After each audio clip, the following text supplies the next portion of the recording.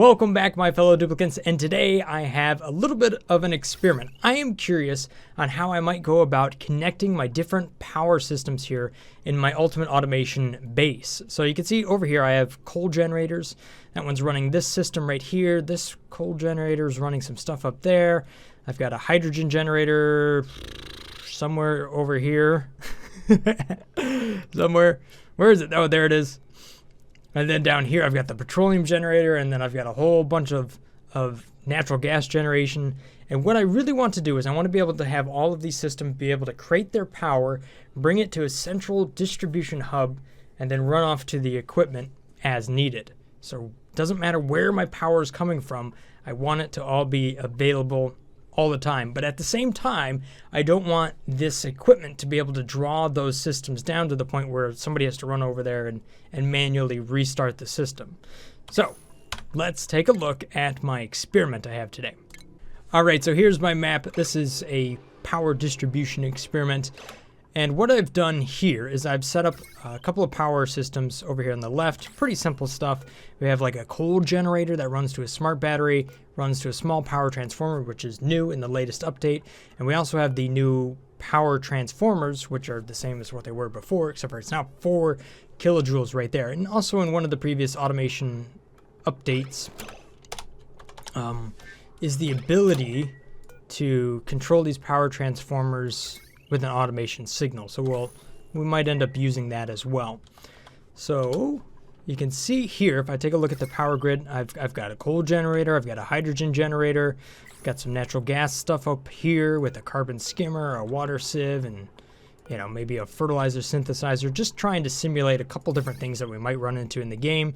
As far as, this system needs to be self-powering, and only once it's reached a certain limit will it be able to dump its power out into the main central battery, which is this guy right down here. Now again, with these, each one of these batteries actually has a little bit of runoff to where they don't hold their power 100%. So you don't necessarily want to have a ton of batteries, but you want to have enough to be able to run all of the equipment for a decent amount of time. So you can see right here, so you can take a look at the runoff here. A small battery has 1 kilojoule per cycle, which is just 10%. Only 5% for the larger battery. And then once we get up to a smart battery, it's actually a little bit better. And then the smart battery is just a 2% loss. So that one's actually not bad at all. That's really quite good. So the next question is, how am I actually getting the power from the generator to the battery? So I've got a couple different ways that I'm using this, and they all involve the smart battery. That's one of those things that's just really useful now. And if we take a look at the smart battery, once it reaches a low enough point here, it will become active. And then once it reaches full, it'll go standby. So if I take a look at the automation for the smart battery, we could see that it will be red when it's reached a certain point right here. So maybe you are using it to turn off equipment. In this case, what we want to do is the exact opposite, because in this situation over here, this coal generator is going to operate if this battery drops below 50%. So it's able to determine how much power is that. So 10 kilojoules will be pulled out of this unit, and then it will cycle back on. So if I flip this signal using a NOT gate, just like so, then I should be able to control when this power transformer is active. And that will work just like a gate, except for it's a gate with a nice safety limit on it. So it's just like one of these. Yes, a little power shutoff. Same sort of thing. So if I were to just connect to that, what we'd see is that is closed, allowing that to send power through it. So probably what I want to do is set this relatively high so that I can keep charge in this battery. But if this battery drops down below a certain point, I want it to no longer allow power to run out of this system. So I'm going to set it for 25%.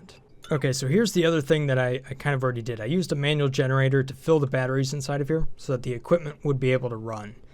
Otherwise, if you have no power, you can't operate any of that stuff. So you probably need to have just a manual generator somewhere that would allow you to essentially kick some charge into your initial battery, which is this guy here on that system, that one there, I have a couple different methods that I'm going to be working through. All right, so this is interesting. It's already reacting in a way that I wasn't expecting. So good, I'm learning something. This coal generator over here is continuing to operate, even though I didn't think it would, because I thought it would determine, you know, how high or low this battery is and then stop. But it's continuing to operate even though that this battery is full. So I think I need to go ahead and do like this. And okay, so now it's off. So really this, whatever, right? Set that to 100. Just let the smart battery do its thing. All right, so let's take a look at the first setup here. I've got a coal generator over here on the left, and it's set up to operate. And what it's doing is it's just running through a small power transformer, and then that power is being pulled out and dropped into the batteries. So here's the interesting about this one, is that the power is destroying these wires. And the reason it's destroying these wires is because I only have one power transformer. So the current is limited on the way out, but the problem is that it's still connected to these big wires over here on the right, and the current power draw is 2.2 kilowatts. And this wire right here is only rated for 1 kilowatt. So in order to protect this system here, what I need to do is run it through a power transformer that's heading into the batteries where very high voltage, you know, is happening. All right, so here's what's going on. The power is currently being drained out of this battery over here on the left, and now it's heading through this wire, and you can see that its current status is 1,000 watts. And the reason it's now 1,000 watts instead of like really high is because it's, you know, it's coming out of the battery, you know, where this could be very, very high voltage. It's being transformed, or limited, I should say. It's being limited to 1 kilowatt all the way up here, and then it's going back up to a high power state. So it's going back up to the maximum limit of 20 kilowatts. I guess that's the way of looking at power is what is its limit. So normal wires here, the cheap ones, they're 1,000. You have your conductive wires, which are made of refined metals. That has a 2 kilowatt. And then you have your larger wires, which is both your conductive and your normal heavy watt wires. And that has a limit of 20 kilowatts. So it's a little bit different than how you would expect wires to work, you know, in real life. This is all video game stuff. So it looks like this system down here is working all right. Ooh, but the power is going down so low. What I should see is once this goes below 5 kilojoules right there, it should turn off this small power transformer, and then the current that we see over here on the right, you know, it says currently 1,000 watts, that should go to 0. So let's take a look at the, see if I can, yes, so that's up right now. And then if I click automation and we run this a little bit slower, we should see that this will go from 1,000 to 0, and that will go from green to red. Yes, and that's exactly what happened. And at that point, the generator turned back on, and we're now building up more power into this smart battery. So once that hits 100%, or whatever limit I set there, the generator will turn off and the power will then begin to dump back into our main system again. And everything over here on the left is running off of the power grid that is, you know, running off the smart battery. So this is all the critical equipment inside of here, which is the sweeper arms and the stuff down here below. So it's a little confusing on this one because I have 20 kilowatts right here. This should all just really be like a conductive wire. However, I could line up several of these carbon generators right here, or these coal generators, and really just power up this battery very, very quickly. You know, pumping in way more than 2 kilowatts, as if I wanted to, you know, bring that power up very, very fast. I could do that. However, everything over there, all the wires that's connected to that, need to be protected, or need to have a high enough limit to match, you know, the draw of this system, so that I don't burn up any of the wires. So I have some other setups that are working to kind of get around that. So For example, if I had several of these hydrogen generators, there's a very easy chance that I could get that well above just the 1,000 watts. And the thing is, a hydrogen generator is probably going to have a gas pump that might even be, very remote from its actual where the generator is. So you wouldn't want to run a conductive wire all the way over there unless you absolutely had to. So in this setup right here, I'm trying something a little bit different. So I have two power transformers. One of them right here is just running to the gas pump and the filter that would be possibly needed depending on where you're at. So you can see there's a little bit of oxygen there, so probably have to filter some of that out. And then there's a whole bunch of hydrogen in that area. However, I'm going to bring in many hydrogen generators real quick, and we'll kind of see how that all functions. Okay, so now look at all of that hydrogen power. And if you have a lot of water, there's a good chance you can make a lot of self-powering hydrogen generation systems where you can, harvest off a little bit of energy from it. Especially if, you run an electrolyzer and recapture the hydrogen that's coming off of that, There's systems that a lot of us have done videos and tutorials. They're all out there. And you can use that to your advantage, to get a little extra power out of your system. Mostly they just power themselves and you get oxygen. However, there is a little extra power in the system to where you can harvest that. So if I take a heavy watt wire now and just run it right here, I should be able to run something that's a lot higher voltage than this little 1,000 watts. And we'll see this kick up very quickly.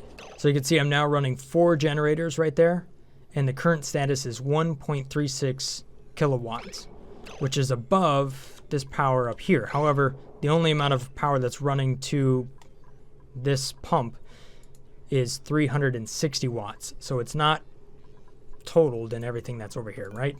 The power transformer just separates your wires. So that's why they exist, and that's why we use them. I don't know why this is turning into more of a tutorial. I wasn't planning it for it to be this way, but I guess what it is. So now I'm going to take this automation wire, plug it in, so that all of these turn off and I don't burn up a lot of hydrogen, making power that's going nowhere. You can see the automation setup right there. So this power is being dumped from this smart battery through a very, small wire, which is just your 1,000 watt wire. And that's being directed into my power grid over here. You can see once it goes down, all of those generators turn back on, just like we'd expect. And it happens very quickly. I mean, this is played at, normal slow speed. All right, let's take a look at the natural gas setup here, because that's a little bit different. So there's a lot of critical equipment in this setup. So I've got a gas pump that obviously needs to move natural gas. Essentially, this is a very miniature natural gas power plant, which is something we've seen quite a lot of. Many of us have built certain things like this. They're less effective nowadays because they've been nerfed a little bit as far as fertilizers and all the stuff that it's required to run and what you actually get out of it. But the main idea, they're still very useful because the temperature of the water that comes out of the natural gas generator is equivalent to the equipment temperature. So you can really use that to cool a lot of things down. So you can see in this setup right here, not only is the runoff water here, it's being pumped, but that pump is going to run through something like a sieve. And then that sieve will run to a carbon skimmer, and that'll skim the carbon dioxide that this thing gives off. And then that water goes right back down to the water sieve, and that just recycles, and then any excess water gets pushed over here to the fertilizer synthesizer and turned into fertilizer. Blah, blah, blah. And you get the idea. We've looked at that a few times. But that's not the focus of this video. It's not fully functioning either. Okay, so what this system here is doing, I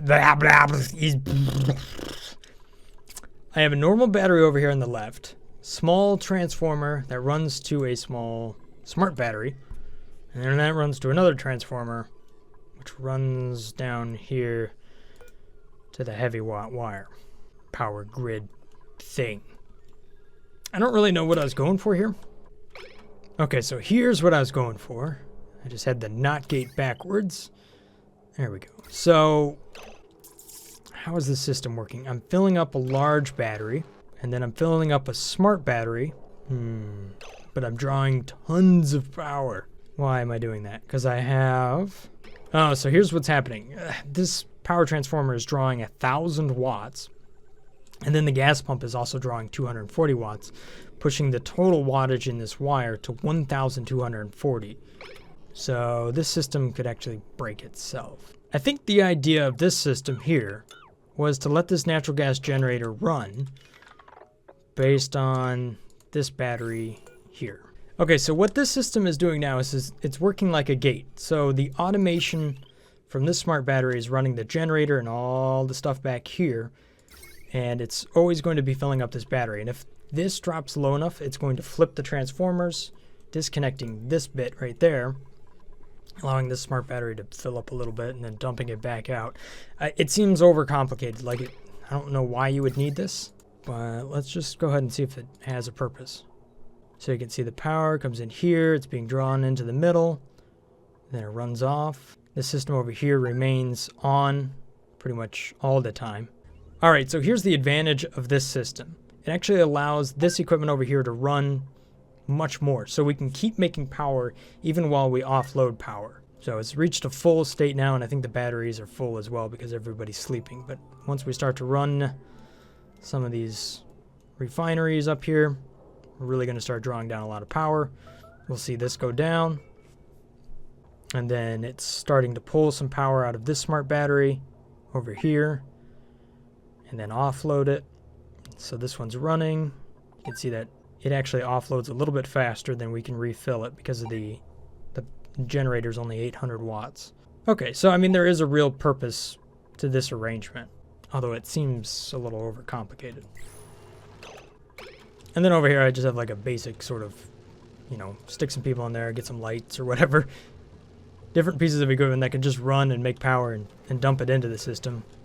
Maybe have a couple manual generators or something that with a low priority, and the dupes just decide to run on that every once in a while. Or some really sad shine bugs or something. I don't know. Solar panels are a good example of something like that. So I did some other things around this sort of main distribution hub in order to keep its decor nice. So if we take a look at that, we can see what's going on here. So see how horrible it is inside of here? Negative 895. And that's because of these wires inside of there. They're absolutely horrible as far as decor. And they also have a very large radius. You can see over here on the left, matter of fact, the decor is very, very bad. And since morale is, decor is one of those things, it's actually quite important now to really watch your decor. And you can see here, once I removed these wall tiles right there, that decor is now negative 99. But you can see over in this area, I've closed it off. So I just put nice solid tiles around it, and that keeps that decor looking good. It kind of just, it creates a shadow for the decor. And if you put a pneumatic door there, you actually don't get any benefit. But if you put just a normal sort of manual airlock or something like that, or it could just be some tiles. It doesn't have to be an airlock. What you'll end up doing is keeping that decor hidden. So you can see this is now plus 68 right there. Open it up and the decor goes absolutely horrible. See? Pretty cool. So I guess that's the other reason I'm using small power transformers to run, from my power plants to my distribution hub. Out of curiosity, let's see what happens if I were to swap that one with a larger power transformer, which you might run into if you've just updated your game recently here to the latest patch. Ooh. Well, the thing is, it's limited, and it's limited over here because the small power transformer is not going to allow that to have any problems. So in this setup right here, if I have something that's less than 1 kilowatt, I should be able to get away from using a power transformer, and I could do something that's a little bit smaller. So if I run automation to that, that now cuts the power, and then once it goes to max, it now lets it run. And it's still going to be protected because I have a small power transformer over here. Okay, so what if I deconstruct that power transformer and just make it one of those larger power transformers? I think what we're going to see here is that I'm going to blow up this wire very, very quickly. And that's kind of the weird thing about the new larger power transformer, is that it's 4 kilojoules, and it's just going to toast my wires. Or is it? Let's find out. I'll just go in here and I'm going to disable. Yeah, there it is. There's some overload damage. It pulls power through that so fast. Watch how fast this battery drops. It goes straight to 4,000 watts and this battery just super fast. I did get some circuit overload though. I don't know. I'm like, it might be doable if you got a small enough run. No, but see, the bridge is starting to get damaged. So as expected, you need to use small power transformers if you're going to be running kind of the cheap wires here.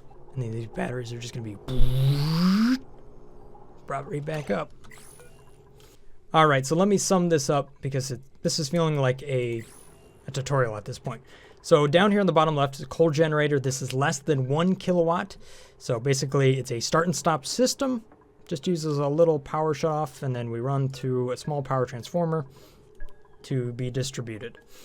So that's the setup I'd probably use right there. Just a smart battery. Very, very simple. To a NOT gate, you know, just like that.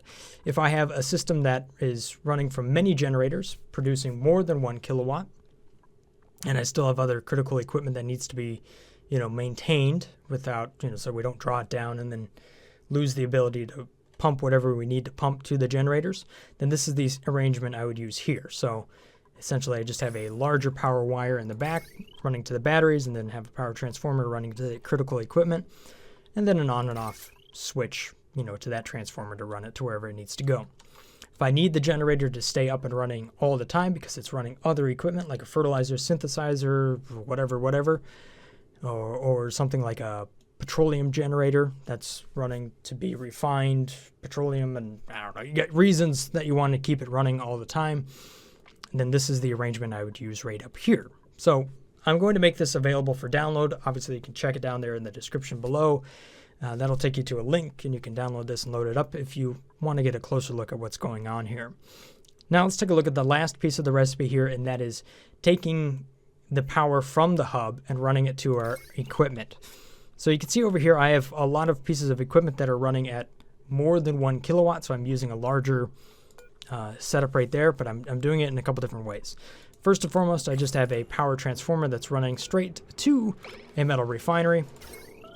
And when this is being run, obviously since this doesn't draw more than 2 kilowatts, it won't ever draw more than 2 kilowatts across this wire. The second piece of equipment obviously runs a little bit more, but it's running, you know, sweeper arms and whatnot. And I got a problem with plumbing. Oh no. So you can see the amount of power that's being drawn here could potentially be as high as 1,560. So it's still less than the limit of this wire. And I basically just do that 3 times. So then I have this last setup right here, and what this is just doing the same sort of way that we bring the power in. We're just taking it out to a smart battery so that this fills up a capacitor that runs this equipment down here. So when that reaches 0, it then is going to bring in more power, sort of thing. Or whatever I set this to, maybe 25. Ooh, but you know what? That started to draw too much power. Somebody run this again. Priority level 9! So the reason I'm investigating a system like this is that if I have a really remote power plant or something like that that needs to run, I don't really want to run a conductive wire from all the way across my base. I'd rather run this nice cheap wire and then build up power over there and then let that run stuff.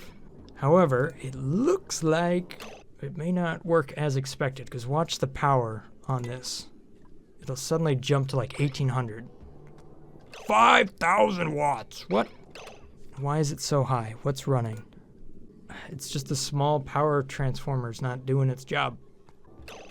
I mean, it does catch it, and it will reduce it back down to 1,000 watts. but for a short moment there, it really goes quite high. And I think if I let this run enough, I'll probably see that those wires will get damaged. Yeah, the circuit overloads. So it seems like I would need a system a bit like this in order to run something like that. Because otherwise, it draws a little bit too much power for whatever reason and damages the wire. Interesting. Glad I tested it because I learned something. So there you have it, guys. Power distribution. I feel like that's a pretty solid plan for my ultimate automation base. And it has a couple different layouts that might be useful to you guys. Hopefully you guys have found this video somewhat informative or helpful. And if I've earned your subscription, then thank you so much for that. Have a great day, guys. If you got some recommendations for me on power distribution, you know where to leave it, all down there in the comment section below. And if you guys are, looking for good ideas, there's probably some down there as well. So thanks for watching, guys. Have a great day. Stay awesome. Peace. Brothgar.